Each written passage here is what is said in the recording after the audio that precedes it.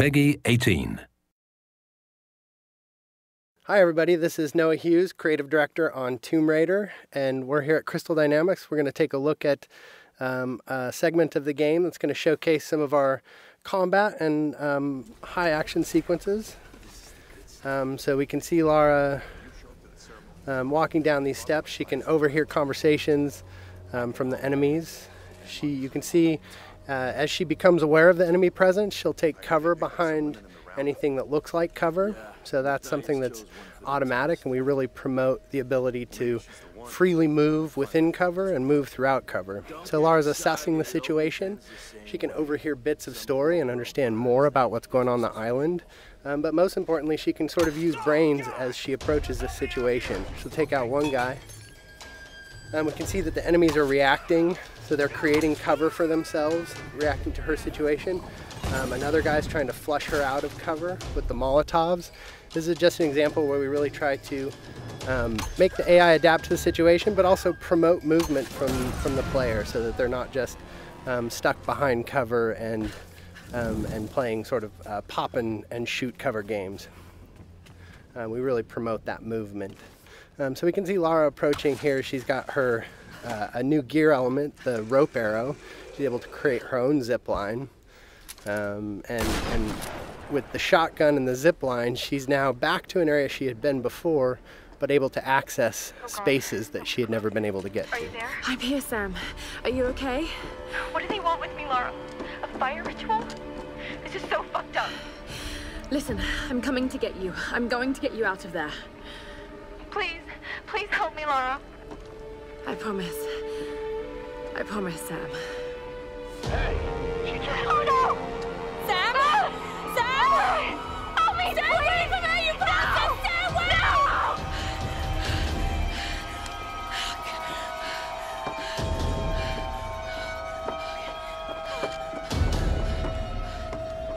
So we can see that Lara's friends, in particular Sam, is in trouble, and she has a very clear goal now, which is to make her way to the scavenger fortress where Sam is being held. So she knows that's down at the bottom of the mountain, and she's going to find a way down. I don't know. Another part of the plane? Keep working. I'll go check it out.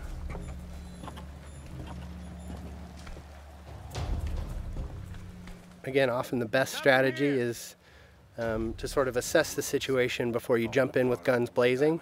Of course, you're always welcome to just open fire, but the game really promotes sort of that tactical approach in some situations. So Lara's able to wait till she has a clear vantage of the situation without being spotted by the enemies. She sees an opportunity in the fire, and she's able to open combat by really decimating the enemies with the environmental opportunities and then finishing off any stragglers. Now, last time we showed this space, we took the left route, and this is just an example of a forked path where you can see them coming up the path that we would have come down naturally. But because Lara's observant and she's taking advantage of her traversal in the environment, she can get the drop on these guys in a way that you may not if you weren't necessarily utilizing traversal to progress and keeping your eyes open for those opportunities. So again, Lara using the barrels as part of the environment to sort of create chaos within the enemy AI and take advantage of that chaos. So again, Lara just not necessarily being all about the biggest firepower, but really trying to use a tactical approach to combat.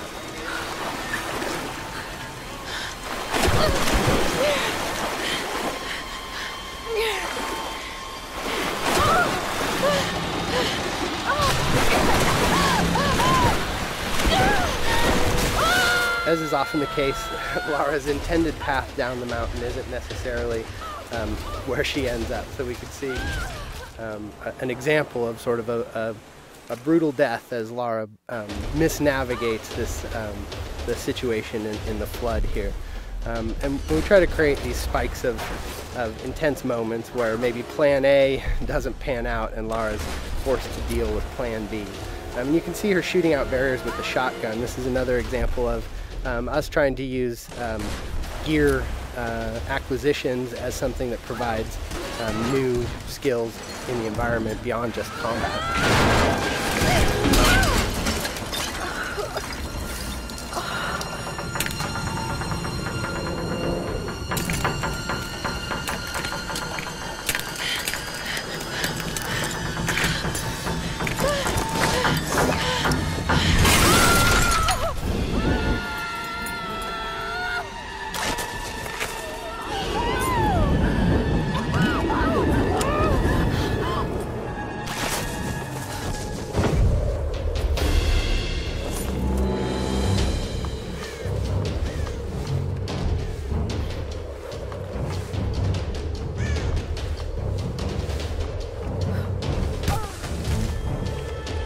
can see that Lara's been able to adapt to this turn of events and managed to find her way down the mountain, but is a little bit worse for wear, having gone through a pretty traumatic descent.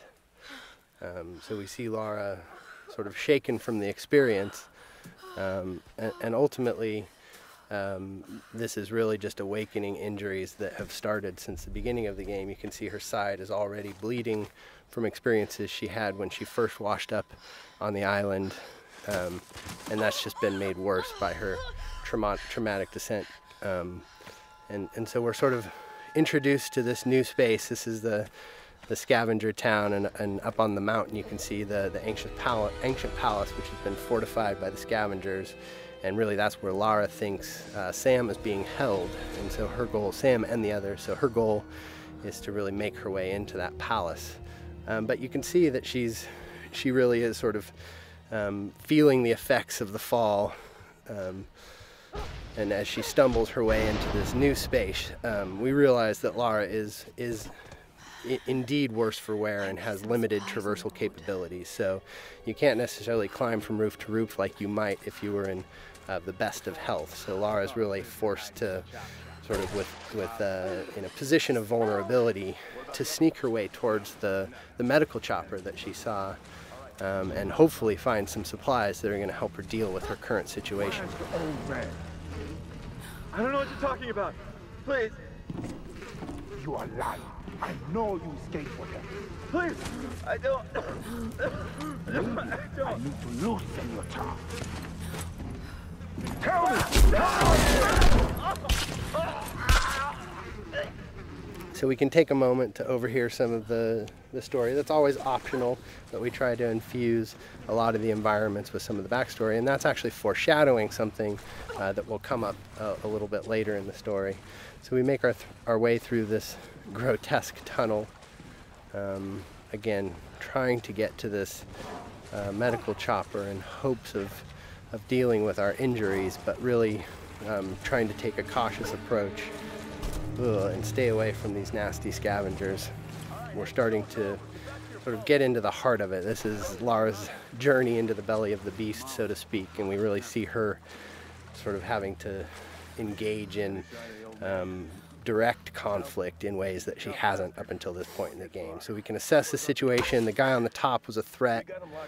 We see an opportunity with a barrel to soften up the enemies here, but this is an example of a trap. Lara stepped in the wrong place and ended up strung upside down, and that's us just trying to keep the player on edge. We have the enemies, the scavengers, really having a presence on the island here, almost a guerrilla approach to combat, where they sort of take advantage of their home court.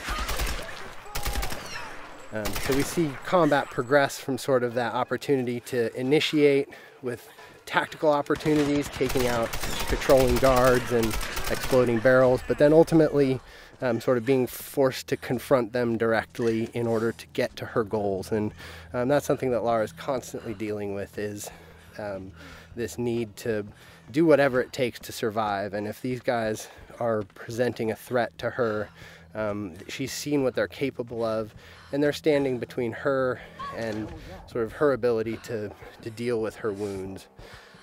So we're making use of cover in combat. Again, this is the soft cover or fluid cover system that really allows Lara to easily slide in and out of cover without really necessarily sticking in place, and celebrating that ability for Lara as a character to make use of her athleticism and movement as she takes on the combatants on the island. So with our piece of gear, our rope arrow, we've been able to pull our way into the crash chopper here, which is where Lara hopes to find something to deal with her injuries.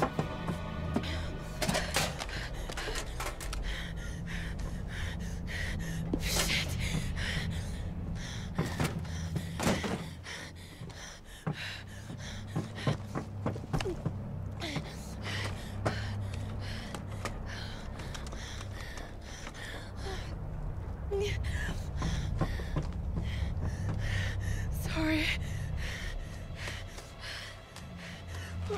All right, thanks everybody for joining us today. Stay tuned. We'll have some more things to show you down the road, but I hope you enjoyed our traversal down the mountain into Scavenger Hub today, and some more glimpses into our combat systems.